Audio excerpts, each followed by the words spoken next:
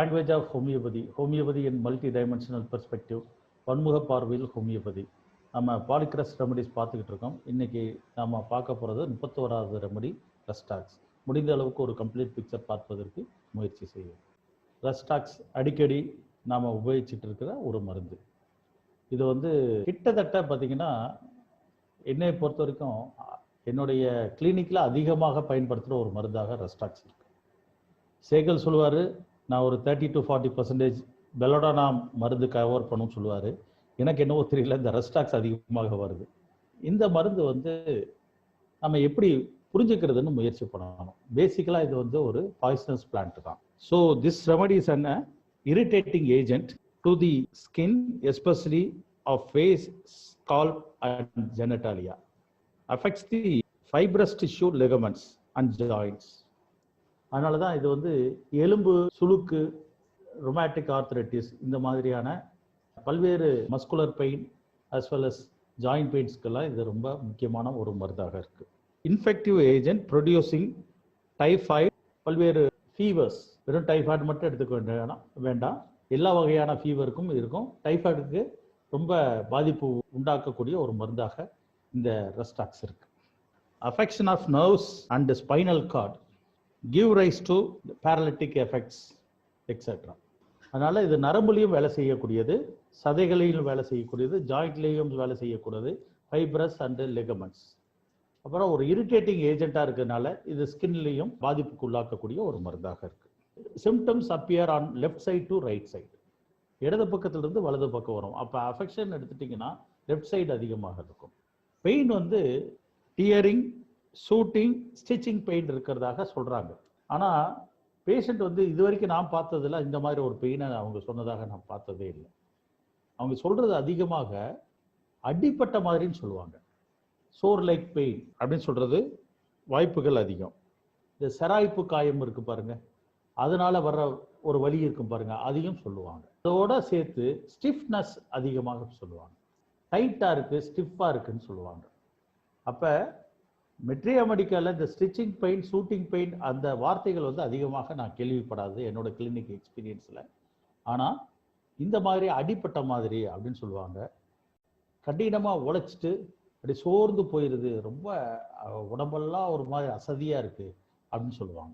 எப்படி இருக்குது வலி அப்படின்னு கேட்டால் ஸ்டிஃபாக இருக்குது, டைட்டாக இருக்குது அப்படின்னு சொல்லுவாங்க.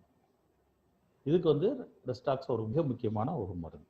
ரெஸ்டாக்ஸோடைய மொடாலிட்டி நம்ம கொஞ்சம் பார்க்க வேண்டிய அவசியம் இருக்குது. இது மட்டும் அல்ல, நம்ம ரெஸ்டாக்ஸ் இந்த மஸ்குலர் பெயினுக்கும், இந்த ஜாயிண்ட்ஸ்க்கும், ஸ்கின்னுக்கும், அப்புறம் நர்வ் சிஸ்டம், ஸ்பைனல் கார்டில் வேலை செய்யும் அப்படிங்கிறத மட்டும் நம்ம எடுத்துக்க வேண்டாம். கிளாண்ட்ஸ்லையும் இது வேலை செய்யும், குறிப்பாக பரோட்டிட் கிளாண்டில். இப்போ மொடாலிட்டின்னு எடுத்துக்கிட்டா, exposure to wet cold air washing. அப்போ கால் நினைந்தாலோ, உடல் நினைந்தாலோ, அப்புறம் மழையில் நினைஞ்சாலோ உங்களுக்கு அக்ரவேட் ஆகும். Uncovering hands, beginning of motion, rest sprains. இந்த பிகினிங் ஆஃப் மோஷன், உட்காந்துட்டு எந்திரிக்கும் போது, from rising from sitting position, or when you are about to start your move, அந்த நேரத்தில் வலி இருக்கும், நடக்க நடக்க நல்லா இருக்கும். இது எல்லாருக்கும் தெரிஞ்ச ஒரு மொடாலிட்டி. ரெஸ்ட் அக்ரவேட்டிங் ஃபேக்டர், படுத்துட்டு இருக்கும்போது அதிகமாக இருக்குன்னு சொல்லுவாங்க. அதே போல் ஸ்ப்ரெயின், சுளுக்கிருச்சு அப்படின்னு சொன்னால் அக்ரவேட்டிங் ஃபேக்டராக இருக்கும். ஓவர் எக்ஸர்ஷன், இதான் நான் ஏற்கனவே சொன்னது, கடினமாக வேலை செஞ்சுட்டு ஓடி ஆடி விளையாடிட்டு, அப்புறம் சைக்கிளிஸ்டுகளுக்கெல்லாம் அதிகமாக இது பயன்படும். ஆஃப்டர் மிட் நைட், குறிப்பாக நைட் அக்ரவேஷன் அதிகம், அது மிட் நைட்டுக்கு மேலே கொஞ்சம் அதிகமாக இருக்கும். அதே மாதிரி கெட்டிங் வெயிட் ஒயில் பெர்ஸ்பைரிங், வேர்வையினால் வர ஈரம் உடம்புல படப்பட அந்த சட்டை நனைஞ்சு, தலை நனைஞ்சு, அதனால வர ஈரத்தினால இவங்களுக்கு நோய்கள் அதிகமாகும். அப்புறம் வின்டர் அதிகமாக இருக்கும், ரெய்னி சீசன் அதிகமாக இருக்கும். இது வரைக்கும் நம்ம சொன்னது எல்லாமே அக்ரவேட்டிங் ஃபேக்டர். இப்போ நம்ம பார்க்க போகிறது அமுலேரேட்டிங் ஃபேக்டரை பார்க்க போகிறோம். கண்டினியூட் மோஷன், நடந்துக்கிட்டே இருந்தால் நல்லாயிருக்கு. ஹீட் நல்லா இருக்குது, அதனால் போர்வை பொத்திக்கிட்டால் நல்லாயிருக்கும். சுடு தண்ணியில் குளித்தா நல்லாயிருக்கும். வார்ம் ட்ரை ஏர் ரொம்ப சௌரியமாக இருக்கும். வார்ம் ட்ரிங்க்ஸு நல்லாயிருக்கும். ரப்பிங் தேய்க்கிறதுனால நல்லா இருக்கு. ஏன்னா தேய்ச்சிங்கன்னா அந்த இடத்துல சூடு அதிகமாகிறதுனால அது நல்லா இருக்கு. அப்புறம் நோஸ் ப்ளீட் ஆனால் அவங்களுக்கு பெட்டராக இருக்கும். ஹோல்டிங் அப்டமன் அப்படியே இறுக்கி பிடிச்சிக்கிட்டா நல்லா இருக்கும். Tight, held, to be held or hold. Change of position அவங்களுக்கு பெட்டராக இருக்கும். அந்த அடிப்பட்ட பகுதிகளை வந்து அசைச்சிட்டு இருந்தால் நல்லா இருக்கும். Moving affected parts. ஸ்ட்ரெச்சிங், இப்போ வலி இருக்குன்னு வச்சுங்க, கால் அப்படி நல்லா அப்படி கையில் வலி இருக்குன்னா கையை அப்படி நல்லா நீட்டிக்குவாங்க. கால் வலினா காலை நல்லா ஸ்ட்ரெச் பண்ணிக்குவாங்க. இடுப்பு வலினா அப்படி நல்லா ஸ்ட்ரெச் பண்ணி நல்லா பெண்ட் பண்ணி இப்படி பண்ணுவாங்க. இது வந்து இந்த ஸ்ட்ரெச்சிங் வந்து அவங்களுக்கு நல்லா இருக்கும். அப்புறம் லைங் ஆன் சம்திங் ஹார்ட் அப்படின்னா என்ன அர்த்தம்? ப்ரெஷர் அதிகமாக கொடுத்தா அவங்களுக்கு நல்லா இருக்கும்னு அர்த்தம். இப்போ நம்ம லீடிங் சிம்டம் பார்ப்போம். இன்டர்னல் ரெஸ்ட்லெஸ்னஸ், உள்ளுக்குள்ள ஒரு வகையான அமைதியின்மை காணப்படும். இது வந்து பிசிக்கலாகவும் மேனிஃபெஸ்ட் ஆகும். காலை படுத்துட்டு இருக்கும்போது ஆட்டிக்கிட்டே இருப்பாங்க, உட்காந்துட்டு இருக்கும்போது அப்படியே ஆட்டிக்கிட்டே இருப்பாங்க. இவங்க பொதுவாக வந்து கூச்ச சுபாவம் உள்ளவங்க, timidity. Tendency to withhold feeling stiff. இந்த வார்த்தை ரொம்ப முக்கியமானது. உள்ளுக்கு இருக்கிற தன்னோட ஃபீலிங்கை அப்படியே உள்ளுக்கு அப்படியே அடக்கி வச்சுப்பாங்க, செயல்படாமல் இருப்பாங்க. Just like a frozen state, இறுகி போன ஒரு மனநிலையில இருப்பாங்க. அதனால தான் ஸ்டிஃபாக இருக்கிறவங்க, எதுவுமே வெளிக்காட்டாதவங்க. இக்னிஷியா வந்து சுத்தமாக வெளிக்காட்டாது. ரெஸ்டாக்ஸ் வந்து ஹோல்ட் பண்ணிக்கிட்டே இருக்கும், வெளியே சொல்லிடக்கூடாதுன்னு ஹோல்ட் பண்ணிட்டு இருக்கோம் உள்ளுக்குள்ள. அதனால இன்டர்னல் ரெஸ்ட்லெஸ்னஸ் அதிகமாகும். இன்டர்னல் ரெஸ்ட்லெஸ்னஸ் அதிகமாக அது வந்து தன்னை காப்பாற்றிக்கிறதுக்காக என்ன பண்ணும்னா வெளியே பிசிக்கலாக மூமெண்ட்டை கொடுக்க ஆரம்பிச்சிடும். அதனால தான் காலை ஆட்டிக்கிட்டே இருப்பாங்க. அப்புறம் ஒரு இடத்துல உட்காராம இன்னொரு இடத்துக்கு போகிறது அப்படிலாம் இருக்கும். அப்புறம் they are very depressed and discouraged. Finally when the stiffness goes to the mental plane, there are fixed ideas and superstitious. ஏன் ரெஸ்டாக்ஸுக்கு இந்த சூப்பர்ஸ்டிஷியஸ் இருக்கு? ஃபியர் ஆஃப் சூப்பர்ஸ்டிஷியஸ்ல மிக முக்கியமான மருந்து, ஒரே மருந்து ரெஸ்டாக்ஸ். சூப்பர்ஸ்டிஷியஸ்ல ஏகப்பட்ட மருந்துகள் இருக்கு. ஏன் இது வருது அப்படின்னு சொன்னா, இந்த பயம், ஆங்ஸைட்டி, பயம், இந்த ரெஸ்ட்லெஸ்னஸ், இது எல்லாமே உங்களுக்குள்ள வந்தோடனே இதை மேனேஜ் பண்ண அவங்களுக்கு தெரியாது, மேனேஜ் பண்ண முடியாது. அதனால இவங்க என்ன பண்ணுவாங்கன்னா எல்லாத்தையும் இன்டர்னலாக வச்சு அப்படியே ஹோல்டு பண்ணிக்கிறது, டைட்டாக வச்சுக்கிறது, ஸ்டிஃபாக வச்சுக்கிறது. அப்படியே வைக்கிறதுனால தொடர்ந்து அவங்க இயங்கணும் இல்லையா, அதுக்கு ஒரு கருத்தாக்கம் இருந்தால் தான் இயங்க முடியும். அதனால ஒரு ஃபிக்ஸட் ஐடியா வந்துடுது. நாம இப்படி இருப்பதற்கு காரணம் நம்ம போன பிறவில செஞ்ச பாவம், நம்ம அப்பா செஞ்ச பாவம், நாம ஏதோ தப்பு பண்ணிட்டோம், இல்லைன்னா ஜோசிய ஜாதகம் சரியில்லை, நம்ம கட்டங்கள் சரியில்லை அப்படின்னு சொல்லி ஒரு ஃபிக்ஸட் ஐடியான் மூலமாக தன்னுடைய இறுக்கத்தன்மையை, தன்னுடைய ரெஸ்ட்லெஸ்னஸை மறைப்பதற்காக ஒரு இறுக்கத்தன்மையை கொண்டு வந்துட்டு வெளியே சொல்லாம அப்படியே காட்சியாக இருப்பாங்க. அப்ரஹென்ஷன் அட் நைட், இரவு நேரத்தில் ரொம்ப அவங்களுக்கு பயம் வரும், டெலூஷன் வரும், ரெஸ்ட்லெஸ்னஸ் வரும், ஆங்ஸைட்டி வரும், எல்லாமே வரும். அதில் அப்ரஹென்ஷனும் வரும். ஃபீல்ஸ் த்ரெட்டன்ட், ஒரு பயமான, ஒரு திகிலான, ஒரு அதிர்ச்சிக்குள்ள ஒரு விஷயம் இருப்பதாகவே நினச்சிக்கிட்டு இருப்பாங்க. வித்தவுட் நோயிங் ஒய், என்ன காரணம்னு தெரியாது, ஒரு இனம் புரியாத ஒரு காரணங்கள். Has to be on guard, எப்பயுமே ஒரு பாதுகாப்பு இருக்கணும்னு நினைப்பாங்க. கூட யாராவது இருக்கணும், குழந்தைகளாவது இருக்கணும், யாராவது இருக்கணும்னு நினச்சிக்கிட்டே இருப்பாங்க. அதனால கம்பெனியில் இருந்தால் அவங்களுக்கு ரொம்ப நல்லா இருக்கும். அதனால தான் கண்டினியூஸ் மோஷன் அமுலிரேஷன் இருக்கு. வீட்டுக்குள்ளே உட்காந்துருந்தா அவங்களுக்கு அதிகமாக இருக்கும். அப்போ when at home mental plane என்ன ஆகும்னா அக்ரவேட் ஆகிட்டே இருக்கும். இது குறிப்பாக என்ன மாதிரி நம்ம பார்க்கலான்னு சொன்னால், இந்த குடிகார ஹஸ்பண்ட் இருப்பாங்க பாருங்க, அவங்க கிட்ட மாட்டிக்கிட்ட ஒரு பெண்மணிக்கு எப்படி இருக்கும் நிலை, அந்த நிலை தான் ரெஸ்டாக்ஷனுடைய நிலை. எந்த நேரத்தில் திட்டுவான், எந்த நேரத்தில் அடிப்பான், எந்த நேரத்தில் கோவப்படுவான், எந்த நேரத்தில் அன்பு செலுத்துவான், எதுவுமே தெரியாது. உள்ளுக்குள்ள வீட்டுக்குள்ளேயே பயம் இருக்கும். இப்போ ரெஸ்டாக்ஷனுடைய பயம் என்பது வெளியே அல்ல, வீட்டுக்குள்ளேயே. அதனால தான் ஹோம் அக்ரவேஷன் ஆகிறது ரெஸ்டாக்ஷன். ஆனால் வீட்டுக்குள்ளேயே இருந்தால் அவங்களுக்கு பிரச்சனை அதிகம். ஏன்னா யாரை இவர் சார்ந்து இருக்காங்களோ அவங்க வந்து இவங்களை த்ரெட்டன் பண்ணுற மாதிரியே இருக்கும். எந்த நேரத்தில் அடி விழுக்கும், எந்த நேரத்தில் அவன் மூர்க்கத்தனமாக நடந்துக்குவான், எதுவுமே தெரியாது. எப்படி திட்டுவான்னு கூட தெரியாது. ஏன்னா அவன் வந்து ஒரு நார்மல் பர்சன் இல்லை, ஒரு ட்ரங்கார்ட். ஹஸ்பண்ட் வந்து ட்ரங்கார்டாக இருந்தால் ஒய்ஃப் வந்து ரெஸ்டாக்ஸாக மாறுவதற்கு அதிக வாய்ப்பு இருக்கு. கேர்ஸ் அண்ட் ஒரிஸ், குழந்தைகளை பார்ப்போம். ஆங்ஸைட்டியை போட்டு சில்ட்ரன்ல ரெஸ்டாக்ஸ் இருக்கு. CARES and ஒரிஸ், night aggravation, dwells on past disagreeable occurrence, sadness after midnight, anxiety driving out of bed. ஏன்னா படுத்தாவே உங்களுக்கு அந்த அமைதியின்மையின் காரணமாக இவங்களால படுக்க முடியாம படுக்கை விட்டு எந்திரிக்கிற ஒரு சூழல் வரும். ஃபியர் when thinking, நினைச்சு பார்த்தாலே அவங்களுக்கு பயம் வந்துடும். இன்னைக்கு வீட்டுக்கு ஒரு 6 மணிக்கு ஹஸ்பண்ட் வராருன்னா இவங்களுக்கு பயம் ஆரம்பிச்சிடும். நைட்டு எத்தனை மணிக்கு நம்மளை எழுப்பி வச்சு அடிப்பான்னு சொல்ல முடியாது அப்படின்னு ஒரு பயம் வந்துடும். அதனால தான் fear to go to sleep, அதனால தான் படுக்கைக்கு போகிறதுக்கே அவங்களுக்கு பயமாக இருக்கும். டெலூஷன் சீஸ் பீயிங் வாட்ச்ட், இவங்களை ஒவ்வொரு கணப்பொழுதிலும் கண்காணித்துட்டு இருக்காங்க அப்படிங்கிற ஒரு டெலூஷன் காணப்படும். எல்லாருமே இவங்களை பார்த்துக்கிட்டே இருக்கிற மாதிரி ஒரு நினைப்பு இருக்கும். That every one is looking at her. இந்த ரெஸ்ட்லெஸ்னஸ் வந்து டே அண்ட் நைட் இருக்கும். cannot rest in any position, எப்போ பார்த்தாலும் ரோமிங், இங்கேயும் அங்கேயும் போயிட்டே இருப்பாங்க. ஃபிசிக்கல் எக்ஸர்ஷன் வந்து இவங்களுக்கு கொஞ்சம் அமிலரேட்டிங் ஃபேக்டராகவும் இருக்கும். ஆனால் sometimes after physical exertion aggravating ஃபேக்டராக மாறிடும். Cold aggravating, damp weather aggravating, getting wet aggravating, desire for milk, lying at either side aggravating, and lying on back ameliorating. இது ரொம்ப முக்கியமானது இந்த மோடாலிட்டி. lying on either side aggravating, lying on back amelioration. Hepatic eruptions, burning and violent itching, அல்ல heat R hot water application வந்து அமிலரேட்டிங்காக இருக்கும். இந்த ஹெட்ஏக்ஸில் உங்களுக்கு இருக்கும். It may be associated with cervical spondylosis. இந்த ஹெட்ஏக் வந்து நடக்க நடக்க நல்லா இருக்கும் உங்களுக்கு. ஹெட்ஏக் வந்து மோஷன்னால அமிலரேட் ஆகும். Urticaria and rheumatic affection. இந்த அர்டிகேரியாங்கிறது எப்படின்னா குளிச்சுட்டு வந்த பிறகு அதிகமாக இருக்கும். கெட்டிங் வெட்டுங்கிறது முக்கியமானது. அப்புறம் சோர் த்ரோட் அண்ட் ஹார்ஸ்னஸ். ஆனால் டாக்கிங்கை வந்து amelioration. Triangle tip of the tongue red கலரில் இருக்கும். டிப் ஆஃப் தி டங் வந்து ரெட் கலரில் இருக்கும். இதே போல் ஐன்னு எடுத்துட்டிங்கன்னா ஃபோட்டோஃபோபியா இருக்கிறதுக்கு வாய்ப்புகள் இருக்குது. ஃபீமேல் ஜெனட்டாலியா எடுத்துட்டிங்கன்னா மென்சஸ் சப்ரஸ்ட் பிகமிங் வெட், ரொம்ப ஈரப்பதத்தில் இருந்துச்சுன்னா மென்சஸ் வந்து சப்ரஸ் ஆகும். அப்புறம் வெயிட் தூக்குறதுனால பெண்களுக்கு வந்து இடுப்பு வலி அதிகமாக வரும்.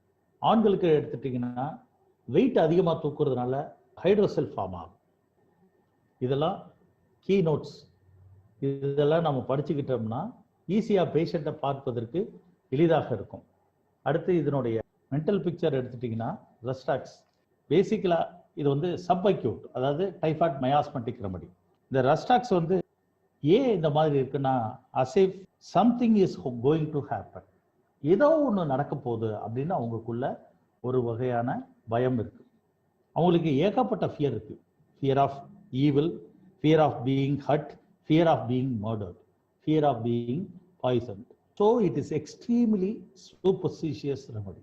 ஏன்னா இனம் புரியாத பயம், ஏதாவது நடந்துருமோங்கிறதுனால, காரணம் இல்லாததுனால தான் காரணம் இல்லாத இர்ரேஷனல் தாட்டான சூப்பர்ஸ்டிஷியஸ் வந்துடுது. அப்போ இந்த சூப்பர்ஸ்டிஷியஸ் இருப்பதற்கான காரணத்தை பற்றி தான் நம்ம இவ்வளோ நாள் விளக்கிட்டு இருக்கோம்.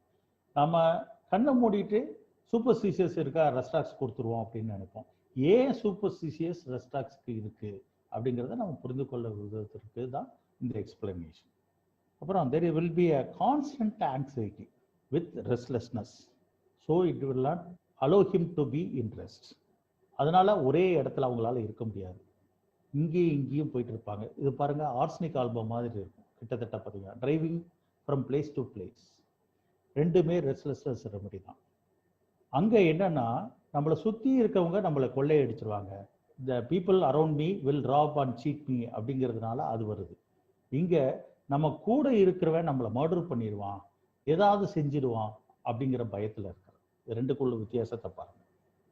ரெண்டுக்குமே என்னன்னா நெருங்கின வீட்டுக்குள்ளேயே தான் பிரச்சனை. ஆர்சனிக் ஆல்பத்துக்கும் சரி ரெஸ்டாக்ஸுக்கும் சரி ரெண்டுக்குமே ரெஸ்ட்லெஸ்னஸ் இருக்கு. ரெண்டுமே ஒரு இடத்துல உட்கார முடியாது. ஆனால் ரெஸ்டாக்ஸுக்கு பார்த்தீங்கன்னா சுத்தம் ரொம்ப பார்க்கறது இருக்காது, ஃபேஸ்டிடியஸ்னஸ். ஆர்ஸுக்கு வந்து கொஞ்சம் அதிகம்.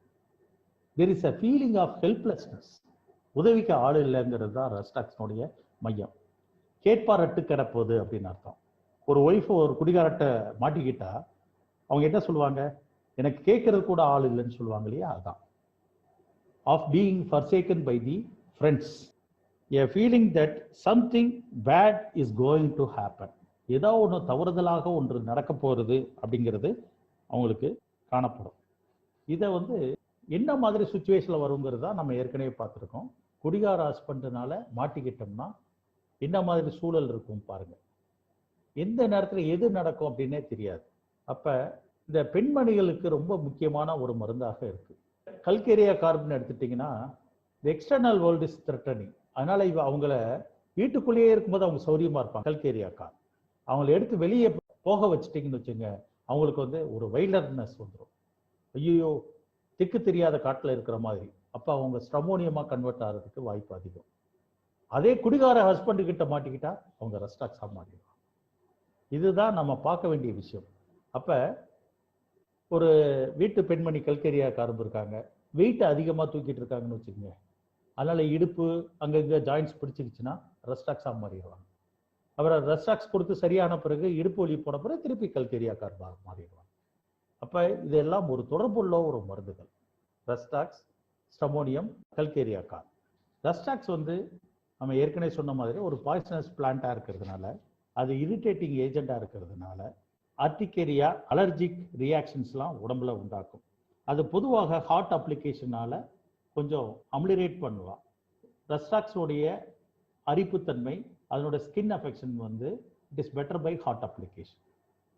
அதனால தான் ரெஸ்டாக்ஸ் வந்து ஸ்கின்னுக்கு ப்ராமினன்ட் மருந்தாக இருக்கு, மோர் சூட்டபுளாக இருக்கு. சப்ஜெக்ட் த கண்டிஷன் நான் சொன்ன மேலே இருக்க மொடாலிட்டிலாம் முக்கியம். ரெய்னி சீசனில் அதிகம், கெட்டிங் வெட்டினால அதிகமாகிடும். ரெஸ்டாக்ஸ் எடுத்துட்டிங்கன்னா மெடோரினம், ஜிங்கம் போல காலாட்டிக்கிட்டே இருப்பாங்க. ரெஸ்டாக்ஸ், மெடோரினம், ஜிங்கம் இந்த மூணுமே சூப்பர்ஸ்டிஷியஸ் மருந்து. மூணுமே காலாட்டிக்கிட்டே இருப்பாங்க. இந்த மூணுக்கும் உள்ள வித்தியாசத்தை நம்ம பார்க்கணும். எப்படின்னு கேட்டிங்கன்னா, Medorrhinum fear of misfortune, that something will happen. ஒரு துரதிருஷ்டமாக வசமாக நான் இருக்கிறேன், அது ஏதாவது நடந்துருமோன்னு ஒரு பயமா இருக்கு, இனம் புரியாத ஒன்று நடந்துருமோன்னு ஒரு பயமா இருக்கு.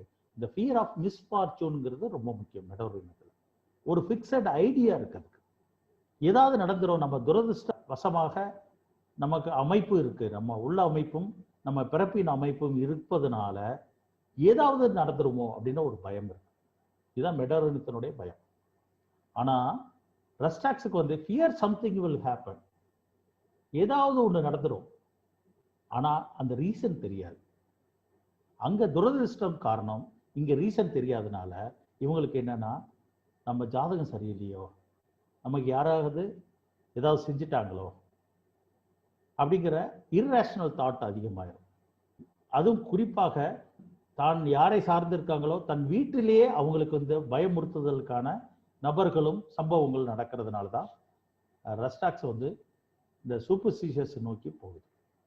ஜிங்கம் வந்து குறிப்பாக வந்து fear as if he had committed a crime. ஏதோ ஒரு தப்பு பண்ணிட்டோம், ஸோ ஒரு குற்ற உணர்வு உள்ளுக்குள்ள இருந்துக்கிட்டே இருக்கு கான்ஸ்டண்டா. At any point of time I will be arrested.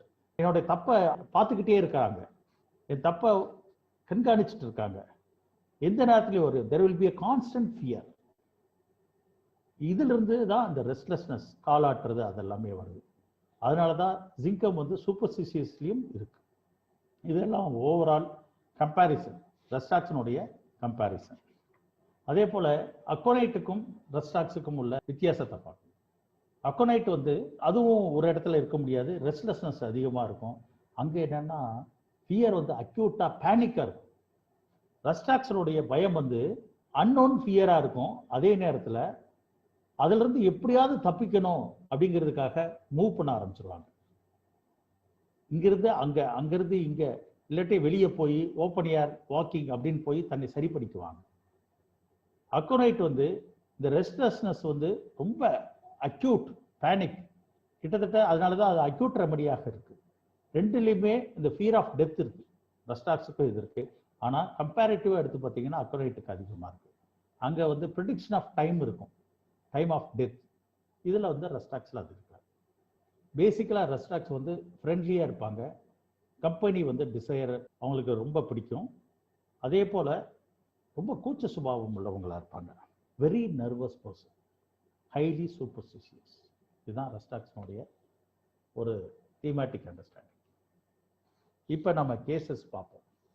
ரெஸ்டாக்ஸை overall என்னால் முடிஞ்ச அளவுக்கு கவர் பண்ணியிருக்கேன். இந்த கேசஸ் மூலமாக நான் உங்களுக்கு ப்ரெசென்ட் பண்ணலான் இருக்கேன். ஐ கம்ப்ளைண்ட், என்னுடைய மாமனார் அவருக்கு வந்து கேட்ராக்ட் ஐ ஆப்ரேஷன் பண்ணாங்க. ரைட் சைடில் ஆப்ரேட் பண்ணியிருக்காங்க. அரவிந்தில் தான் பண்ணாங்க. ஆனால் ஒரு 10 நாள் கண்ணு நல்லா இருந்துச்சு. திருப்பி பார்த்தீங்கன்னா ரெட்டினால் இருந்து ஹேமரேஜ் வர ஆரம்பிச்சிருச்சு. திருப்பி அரவிந்தில் போகிறோம். போய் எல்லா டிபார்ட்மெண்ட்லேயும் போய் பார்க்க சொல்கிறாங்க. எல்லா டிபார்ட்மெண்ட்டும் பார்த்துட்டு எதுலேயும் எந்த ப்ராப்ளம் இல்லை, ரெட்டினால தான் ஹேமரேஜ் இருக்குன்னு சொல்லிட்டாங்க. இவருக்கு ஆப்ரேட் பண்ண டாக்டர் வந்து கொஞ்சம் வெளிநாட்டில் போயிட்டு வந்ததுனால செமினாருக்கு போயிருக்காரு. அதனால் அவர் வர்றதுக்கு 2 நாள் ஆகணுங்க. 2 நாள் தங்கி இருந்து பார்க்குறோம். பார்த்துட்டு கண்ணை அவர் லேசர் ட்ரீட்மெண்ட் பண்ணால் சரியாயிரும் அப்படின்றாரு. இப்போ இன்னும் சரி பண்ண முடியாத ஒரு சூழல்ல பண்ணிடுறாருன்னா சக்கர நோயாளியா போவோம்னு சொல்றாரு. எண்டோஸ்கோப் போவோம். சக்கர நோயாளியால முதல் ரூம்ல போய் பார்த்துட்டு அடுத்து ஒரு ஐ ட்ராப் ஊத்துறாங்க. அப்புறம் இன்ஜெக்ஷன் போட்டாங்க. அதுக்கடுத்து பார்த்தீங்கன்னா அவருக்கு சுத்தமாக கண்ணு தெரியாம போச்சு. இந்த இடத்துல டெஸ்ட்டும் பண்ண முடியல, ஒன்றும் பண்ண முடியல. சுத்தமாக கண் விஷனே போயிடுச்சு. அங்கே இருக்கிற டாக்டர்லாம் பயப்பட்டாங்க. அப்போ நான் பேசிக்கலாக ஃபைட்டிங் கார் உடனே சண்டை போட ஆரம்பித்தேன். இப்போ டைரக்டர் ரூமுக்கெல்லாம் கூட்டு போகிறாங்க. அங்கே எல்லாம் பேசி எல்லாம் முடிச்சு கடைசியில் பார்த்தீங்கன்னா அவங்க வி கேனாட் டூ எனிதிங் சொல்லிட்டாங்க. எனக்கும் வெக்ஸ் ஆகிட்டு நான் கூட்டுட்டு வந்துட்டேன். மெட்ராஸ் வந்து சேலத்துக்கு கூட்டு வந்தாச்சு. சேலத்தில் தான் எங்கள் ரெசிடென்ஸ் இருந்தது. இப்போ அவர்கிட்ட போய் நேரில் போய் சொல்கிறேன், இன்னும் எந்த வாய்ப்பும் இல்லை, உங்களுக்கு கண்ணு கிடைக்கணும்னா என்ன மனசில் கவலை இருக்குது அது சொல்லுங்கன்னு. அவர் சொல்லவே மாட்டார். அவரோட நேச்சரே சொல்லக்கூடாத நேச்சர். எனக்கு ரொம்ப சங்கடமாயிருச்சு. 1 வீக் டைம் தரேன், நீ தயவு செய்து சொல்லுங்க அப்படின்னு சொல்லிட்டு நான் வந்துட்டேன். அடுத்த நாள் அவருக்கு கண்ணுனா உயிர் மாதிரி. அதனால் நேராக வந்துட்டார். வந்து சொல்கிறாரு, சனிக்கிழமை நான் ஆப்ரேஷன் பண்ண வேண்டாம்னு நீங்கள் சொன்னீங்க, அடுத்த வாரம் ஏதோ வேற டேட்ல வீக் டேஸ்ல பண்ணலாம்னு நீங்க சொன்னீங்க, நான் கேட்காம போய் சனிக்கிழமை பண்ணிட்டேன். ஆப்ரேஷன் பண்ண பிறகுதான் எனக்கு தெரிஞ்சது என்னோட ஜாதகப்படி நான் சனிக்கிழமை ஆப்ரேஷன் பண்ணக்கூடாது. இதுதான் என் மனசுல ஓடிக்கிட்டு இருக்கு. இந்த கண் இப்படி ஆனது காரணமே நான் சனிக்கிழமை பண்ணதான். பாருங்க எப்படி ஒரு இரேஷனல் தாட்டும். அதை ஜஸ்டிஃபை பண்றதுக்காக இந்த அஸ்ட்ராலஜியோட தன்னை கார்லேட் பண்ணிக்கிறாங்க. வேற ஒண்ணுமே யோசிக்கல, ரெஸ்டாக்ஸ் கொடுக்க ஆரம்பிச்சிட்டேன். நம்பவே மாட்டீங்க, நானும் நம்பல. அவருக்கு ஐவிஷன் ரீகெயின் ஆயிடுச்சு. இன்னைக்கு அவருக்கு 86 வயசு. கிட்டத்தட்ட இந்த சம்பவம் நடந்து 15 வருடத்துக்கு மேல ஆகுது. இந்த ரெஸ்டாக்ஸ் தான் இந்த ஒண்டரை செஞ்சது. அவருக்கு கொடுத்த பொட்டன்சி வந்து ரெஸ்டாக்ஸ் 30. ஒரு 2-3 டோஸ் கொடுத்துருக்கேன். இந்த ஃபர்ஸ்ட் கேஸ்ல நம்ம கேட்ராக்ட் ஆப்ரேஷனுக்கு அப்புறம் வர காம்ப்ளிகேஷனுக்கு ரெஸ்டாக்ஸ் கொடுத்ததாக சொல்லியிருக்கேன். இதை எப்படி எடுத்தேன்னு சொன்னா, ஐ சாப்டர்ல ரெப்பர்ட்டில கேட்ராக்ட் அப்படிங்கிற சாப்டர் எடுத்து காம்ப்ளிகேஷன் ஆஃப்டர் சர்ஜரி அப்படிங்கிறதுல ரெஸ்டாக்ஸ் மிக முக்கியமானதாக இருக்கு. அவருடைய சூப்பர்ஸ்டிஷியஸ், அவர் சனிக்கிழமை ஆப்ரேஷன் பண்ணதுனால தான் எனக்கு கண் இப்படி ஆயிடுச்சு, என்னோட ஜாதகத்தில் இப்படி சொல்லியிருக்கான், சனிக்கிழமை ஆப்ரேஷன் பண்ணக்கூடாதுங்கிறதுலையும் இருக்கு. அப்புறம் ரெஸ்டாக்ஸ் வந்து any complication after surgery, not alone in the eye, எந்த இடத்துல சர்ஜரி பண்ணி காம்ப்ளிகேஷன் வந்தாலும் நம்ம ரெஸ்டாக்ஸ் கொடுக்கலாம். ஸ்பெசிஃபிக்காக கேட்ராக்டில் இருப்பதுனால நான் ரெஸ்டாக்ஸ் கொடுத்தேன். இப்போ 2வது கேஸ் பார்ப்போம். இந்த 2வது கேஸ் என்னன்னா, இவர் ஒரு ஹை அஃபிஷியல் ஒரு பந்தோபஸ்துக்காக ஒரு இடத்துக்கு போறாரு. அங்கே ரயாட் நடக்குது. அதில் வந்து கல் தூக்கி எறியும் போது இந்த ரயாட்டில் கண்ணில் பட்டு இவருக்கு இன்ஜுரி உண்டாயிருக்கு. அரவிந்தில் போகிறாங்க. அங்கே எல்லாமே பார்த்துட்டு, சார் அந்த இன்ஜுரியை வேணால் சரி பண்ண முடியும், ஐவிஷனை சரி பண்ண முடியாதுன்னு சொல்லிட்டாங்க. இந்த கண்டிஷனில் தான் அவங்க என்னை கான்டாக்ட் பண்ணுறாங்க. கான்டாக்ட் பண்ணும்போது அவருக்கு வந்து நான் ஹோமியோபதியை கொஞ்சம் எக்ஸ்பிளைன் பண்ணேன். அதனால் இந்த அடிப்படையில் நீங்கள் சொன்னீங்கன்னா நல்லாயிருக்கும் சார் அப்படின்னு சொன்னபோது அவங்க சொன்னாங்க, சார் எனக்கு கண்ணில் கொஞ்சம் கண்டம் இருக்குது. சின்ன வயசில் நான் ஹாஸ்டலில் படிச்சுட்டு இருக்கும்போது கிணத்துல மக்கில் எடுத்து தண்ணியை ஊற்றி குடிப்போம். அப்போ பக்கத்தில் இருக்கவன் அந்த இரும்பு மக்கு அது என் கண்ணில் இடிச்சிடுறான், கண்ணு வந்து பாதிச்சிருது. அப்புறம் டாக்டர்கிட்ட போய் ஹாஸ்பிட்டலில் போய் எதாவது பண்ணி சரி பண்ணிட்டோம். அப்போ எங்கள் அம்மா ஜோசியக்காரர்கிட்ட கூட்டு போகும்போது ஒரு கண்ணில் கண்டம் இருக்கு, இன்னொரு இதே போல ஒரு சம்பவம் நடக்கும்னு சொல்லியிருக்காரு, அதுதான் சார் இப்போ நடந்திருக்கு அப்படின்னு சொன்னார். பார்த்தீங்களா, நான் வேற ஒன்றுமே யோசிக்கல, ரெஸ்டாக்ஸ் கொடுக்க ஆரம்பிச்சிட்டேன். 6ல் இருந்து சிஎம் வரைக்கும் கொடுத்துட்டேன். ரெஸ்டாக்ஸ் CM 6, 30, 200, 1M, 50M, 10M, 50M, CM வரைக்கும் கொடுத்தாச்சு. 80% ஆஃப் ஐ விஷனை ரீகெயின் பண்ணியாச்சு. இந்த இன்ஜுரி எல்லாம் சரியாகி அது வீக்கம் எல்லாமே சரியாயிடுச்சு. 20% என்னால் சரி பண்ண முடியும். ரெஸ்டாக்ஸ் அது அளவுக்கு தான் வேலை செஞ்சது. அப்புறம் நான் ஸ்பெசிஃபிக்காக அவர்கிட்ட கேட்டேன், கண்ணில் வேற என்ன பிரச்சனை அப்படின்னு கேட்டால், ஒரு பகுதி மட்டும் டபுள் ஆப்ஜெக்டா தெரியுது அப்படின்னு சொன்னார். இந்த டபுள் ஆப்ஜெக்டை மனசுல வச்சுட்டு இவர் ஒரு சுப்பீரியர் ஆஃபீஸருங்கிறதுனால ஆரம் மெட்டாலிக்கம் கொடுத்தேன். இப்போ கிட்டத்தட்ட 95%க்கு மேலே அவருக்கு நல்லாயிருச்சு. அந்த டபுள் விஷன் வந்து குறைஞ்சிருச்சு. அவரும் பொறுமையாக, ஏன்னா இவ்வளோ பெரிய இம்ப்ரூவ்மெண்ட் நடக்குங்கிறது அவர் எதிர்பார்க்காதது, அவருக்கு கிடைச்சது ஒரு மிக சந்தோஷம். இது நான் கட்டாயமாக ஹோமியோபதிக்கு தான் இந்த நன்றி கடமைப்பட்டிருக்கேன். அடுத்து த்ரோம்போசிஸ். இந்த பேஷண்ட் வந்து ஒரு ஆக்சிடென்ட்ல கால் வந்து பாதிப்புக்குள்ளாயிருக்கு. அப்புறம் என்னவோ சர்ஜரிலாம் பண்ணி கொஞ்சம் சரி பண்ணிடுறாங்க. செகண்ட் டைம் என்ன பண்ணிடுறாருன்னா, மோட்டர் பைக்கில் வரும்போது இந்த வெள்ளிக்கிழமை வெண்பூசணியை வந்து ரோட்டில் உடைப்பாங்க இல்லையா, அப்படியே உடைச்சி போட்டிருக்காங்க. அதில் ஒரு வண்டியை ஏற்றிருக்காரு, வலிக்கு விழுந்துட்டார். திருப்பி அடிபட்டுருக்கு. சார் பட்டக்காலில் படும்பாங்க, ஆனால் எனக்கு அது பிரச்சனை இல்லை. வெண்பூசணியில் திருஷ்டி கழிக்கிறதுக்காக போட்ட இதில் நான் வண்டி விட்டதுனால தான் எனக்கு இப்படி ஆகிப்போச்சு. ஏன்னா முதல் சர்ஜரி நல்லா ஆயிடுச்சு. அப்போ இந்த தடவை அதோட அந்த இன்டென்சிட்டி ஆஃப் இன்ஜுரி வந்து கம்மி இருந்தாலும் இவ்வளோ மோசமானதுக்கு இதுதான் காரணம், இதுதான் என் மனசில் ஓடிக்கிட்டு இருக்குன்னு அவர் சொன்னார். அவருக்கு என்ன மருந்து வரும்? ரெஸ்டாக்ஸ் தான் வரும். அதில் த்ரோம்போசிஸ் இருக்கா இல்லையான்னு கூட நான் பார்க்கல. ரெஸ்டாக்ஸ் கொடுத்தேன், அற்புதமாக சரியாகி நலமானார். அவர் கொடுத்தது பொட்டன்சி 30யும் 6ம் மாற்றி மாற்றி கொடுத்துருக்கு. அப்புறம் இன்னொரு கேஸ், இது RH ஃபேக்டர் அதிகமாக உள்ளது, ரொமாட்டிக் ஆர்த்தரைட்டிஸ். அவருக்கு ஜாயின்ஸ் எல்லாம் வந்து ஸ்டிஃபாக இருக்கு. அவர் என்கிட்ட வரும்போது என்ன சொல்றாருன்னா, நானும் எல்லா ஹோமியோபதி டாக்டர்கிட்டும் பார்த்துட்டேன் சார், யாருமே இது சரி பண்ண முடியல, அப்புறம் ஒருத்தர் ரெஃபர் பண்ணி தான் உங்ககிட்ட வரோம் அப்படின்னு கேட்டார். சரி உங்களுக்கு என்ன பிரச்சனை ஏது அப்படின்னா, சார் இந்த ஸ்டிஃப்னஸ் தான், ஒவ்வொரு ஜாயின்ஸ்லையும் ஸ்டிஃபாக இருக்கு அப்படின்னா, ஹோமியோபதி டாக்டர்லாம் மருந்து கொடுத்து கேட்கலையா அப்படின்னு கேட்டேன். சார் கொடுத்தாங்க, ஆனால் வலி அதிகமாகிடுச்சு, அதனால் நான் ஒவ்வொரு டாக்டராக மாறி மாறி போக ஆரம்பிச்சிட்டேன். சில டாக்டர்லாம் ஒரு வாரத்தில் சரியாயிருப்பாங்க, ஆனால் ஒரு வாரத்துலாம் சரியாகலை, அவங்க கொடுத்த மருந்து என்னன்னு தெரியல சார், அதிகமாகவே இருக்கு. உங்கள் வாழ்க்கையில் என்னதான் மைய பிரச்சனை அப்படின்னு கேட்டாங்க.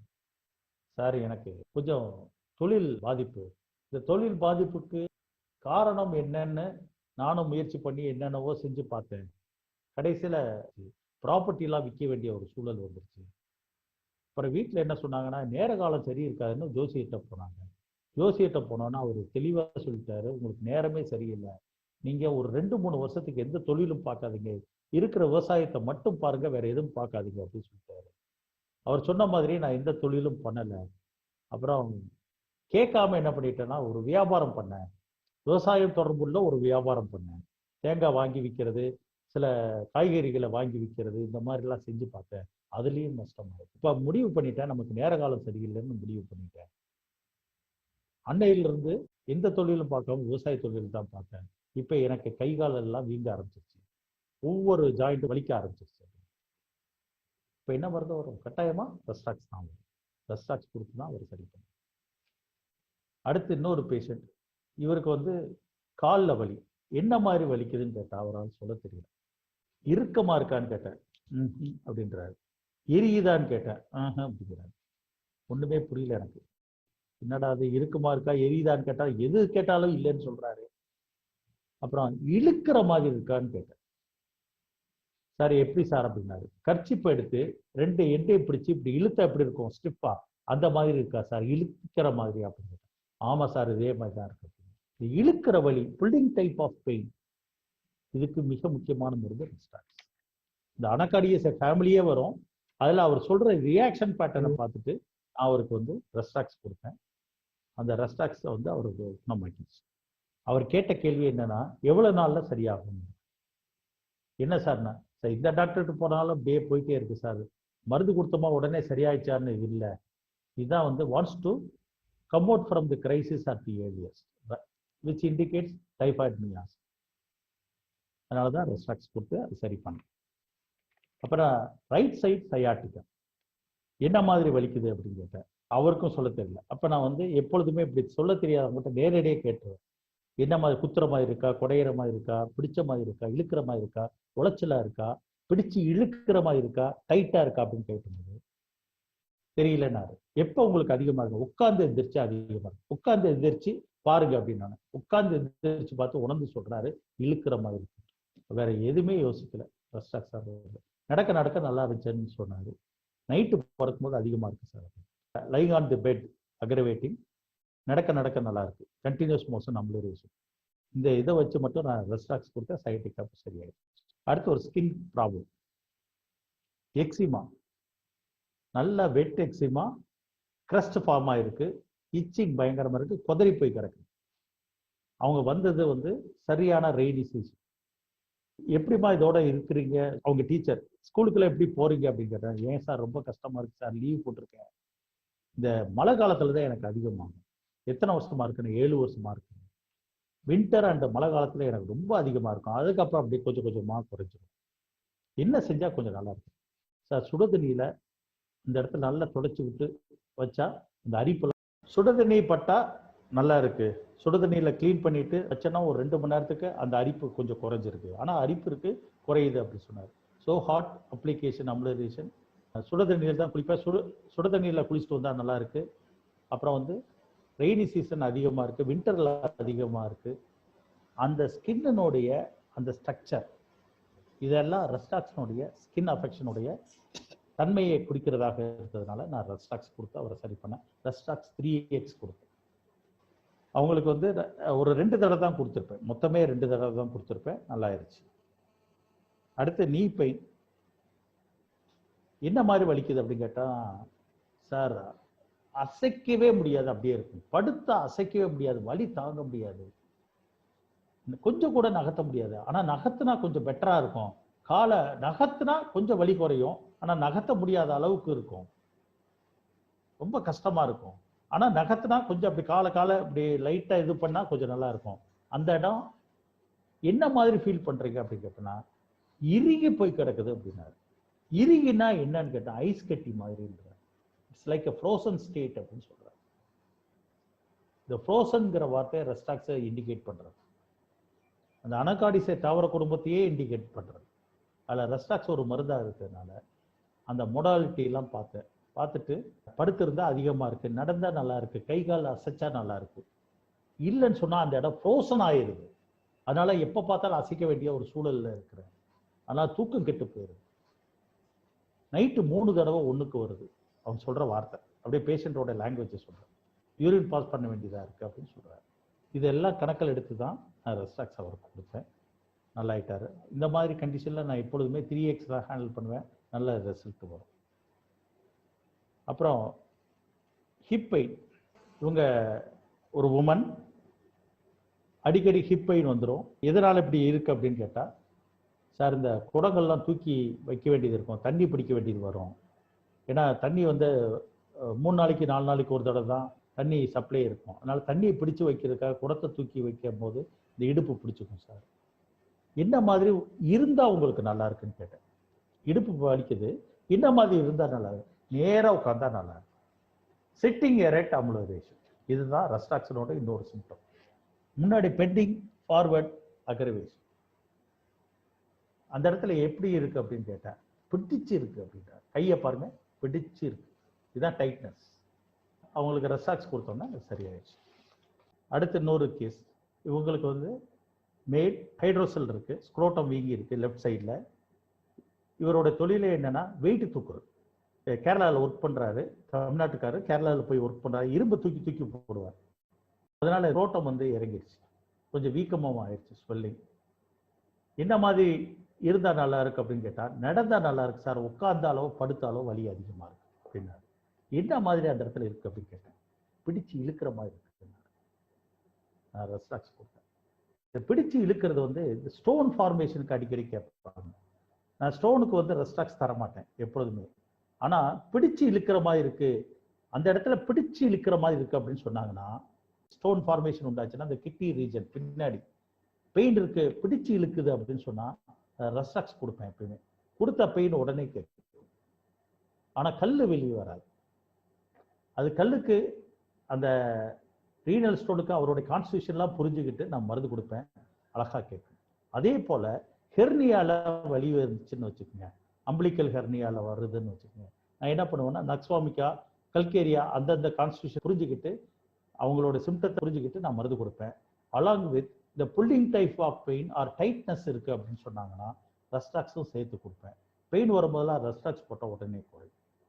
அப்ப ரஸ்டாக்ஸை நம்ம புரிந்து கொள்வது ரொம்ப எளிது. ஆனா அது ஹெர்னியாவை போக்காது ரஸ்டாக்ஸ். அடுத்து இன்னொரு கேஸ், ஒரு ஆப்சஸ் ரொம்ப கஷ்டப்பட்டிருக்காரு. அவரும் ஹோமியோபதி மருத்துவர் தான். அவரும் மருந்து எடுத்து பார்த்தாரு, மற்றவங்க எல்லாத்தையும் கேட்டு பார்க்கறாரு, கேட்கல. என்ன மாதிரி வலிக்குதுன்னு கேட்டேன். சார் தெரியல சார் அப்படின்னா, நல்லா உணர்ந்து சொல்லுங்க வலி என்ன மாதிரி இருக்கு அப்படின்னு. சார் அந்த இடத்துல டைட்டா இருக்கு, ஒரு மூமெண்ட் கொடுத்தீங்கன்னா அப்படி இழுக்கிற மாதிரி இருக்கு அப்படின்னாரு. ரஸ்டாக்ஸ் போடுங்க சார். ரஸ்டாக்ஸ் வேலை செய்யுமான்னு கேட்டேன். ஆப்சஸ்லேயே மிக முக்கியமான மருந்து சார் ரஸ்டாக்ஸ், போடுங்க சார் அப்படின்னு. போட்டோன்னா வலி போயிடுச்சு, கட்டியும் போயிடுச்சு. இன்னொருத்தர் வந்து டீச்சர், இவருக்கு வந்து எப்படின்னா த்ரோட் கன்ஸ்ட்ரிக்ஷன் ஆயிரும். பேசுனா அவருக்கு வந்து சிக்கல் இருக்கும், பேசும்போதெல்லாம் அவ்வளோ பிரச்சனைகள் வராது அவருக்கு. ஆனால் பேசி முடிச்சிட்டாருன்னு வச்சுங்க, அப்படியே தொண்டையெல்லாம் பிடிக்க ஆரம்பிச்சிடும், குரல் வந்து குறைய ஆரம்பிச்சிடும். இந்த ப்ராப்ளம் ரொம்ப அதிகமாக இருக்குது. ஸ்கூலுக்கு போனார்னா காலையிலேருந்து சாயந்தரம் வரைக்கும் பேசணும், வீட்டுக்கு வந்துட்டாருன்னா சுத்தமாக பேச முடியாது. வீட்டில் பேசிகிட்டு இருக்கும்போது அவ்வளோ கம்ப்ளைண்ட் இருக்காது, நடந்துக்கிட்டு இருந்தால் கம்ப்ளைண்ட் இருக்காது போல பேசிகிட்டு இருந்த கம்ப்ளைண்ட் இருக்காது. இந்த மாதிரி சூழல்ல நம்ம என்ன பண்ணுவோம்னா அர்ஜென்ட் நைட்ரிக்கம் கொடுத்து பழகிடுவோம். அப்படி கொடுக்கக்கூடாது. என்ன மாதிரி வலிக்குது அப்படின்னு கேட்கும்போது அப்படியே த்ரோட்டு பிடிக்குது அப்படின்னா ரஸ்டாக்ஸ் தான் அவருக்கு கொடுத்தேன். ரஸ்டாக்ஸ் 3x தான் நான் ப்ரிஸ்கிரைப் பண்ணேன். ஒரு கிட்டத்தட்ட ஒரு 2 months விட்டு விட்டு இந்த இடையில ப்ராப்ளம் வந்தது. அப்புறம் 2 மாதம் கழிச்சு ரஸ்டாக்ஸ் 6 கொடுத்தேன். அப்புறம் பார்த்தீங்கன்னா அப்படியே கம்ப்ளீட்டாக சரியாகி லாஸ்ட்டில் ஒரு 6 மாதம் கழிச்சு ஒரு தடவை வந்தார். அப்போ ரஸ்டாக்ஸ் 30 கொடுத்தேன், முழுமையாக சரியாயிட்டார். ஒரு அம்மா, இவங்களுக்கு வந்து சாலிட் ஃபுட்டு மிழுங்கவே முடியல. என்ன கேட்டால் இங்கே அடைச்சிருக்கு அப்படின்றாங்க, அடப்பு அப்படின்றாங்க. நம்ம உடனே கொடுத்துடக்கூடாது ரஸ்டாக்ஸ். அது நம்ம மெட்ரியா மெடிக்கால இருக்கான்னு பார்க்கணும். உங்களுக்கு என்ன பிரச்சனை, ஏன் அடைச்சிருக்குன்னா, சார் எனக்கு சளி ரொம்ப இருக்கும் சார், எப்போ பார்த்தாலும் சளி வரும், இந்த சளி இருக்கிறதுனால எனக்கு சாப்பாடே இறங்காது அப்படின்னாரு. இது வந்து ரஸ்டாக்ஸில் மிக முக்கியமான சிம்டம். என்னன்னு சொன்னால் swallowing difficult in solid food from saliva. Saliva அதிகமாக இருக்கிறதுனால இந்த கடினமான உணவுகள் சாலிட் ஃபுட்ஸ் வந்து உள்ளுக்கு போகாது, அதை அடைக்கிற மாதிரியான ஒரு ஃபீலிங் உண்டாக்கும். அதனால் ரஸ்டாக்ஸ் கொடுத்து நான் அவங்க சரி பண்ணியிருக்கேன். சார் அநேகமாக எல்லா விஷயத்தையும் நான் கவர் பண்ணியிருக்கேன்னு நினைக்கிறேன். உங்களுக்கு உபயோகமாக இருக்கும்னு நான் நம்புகிறேன். தேங்க்யூ.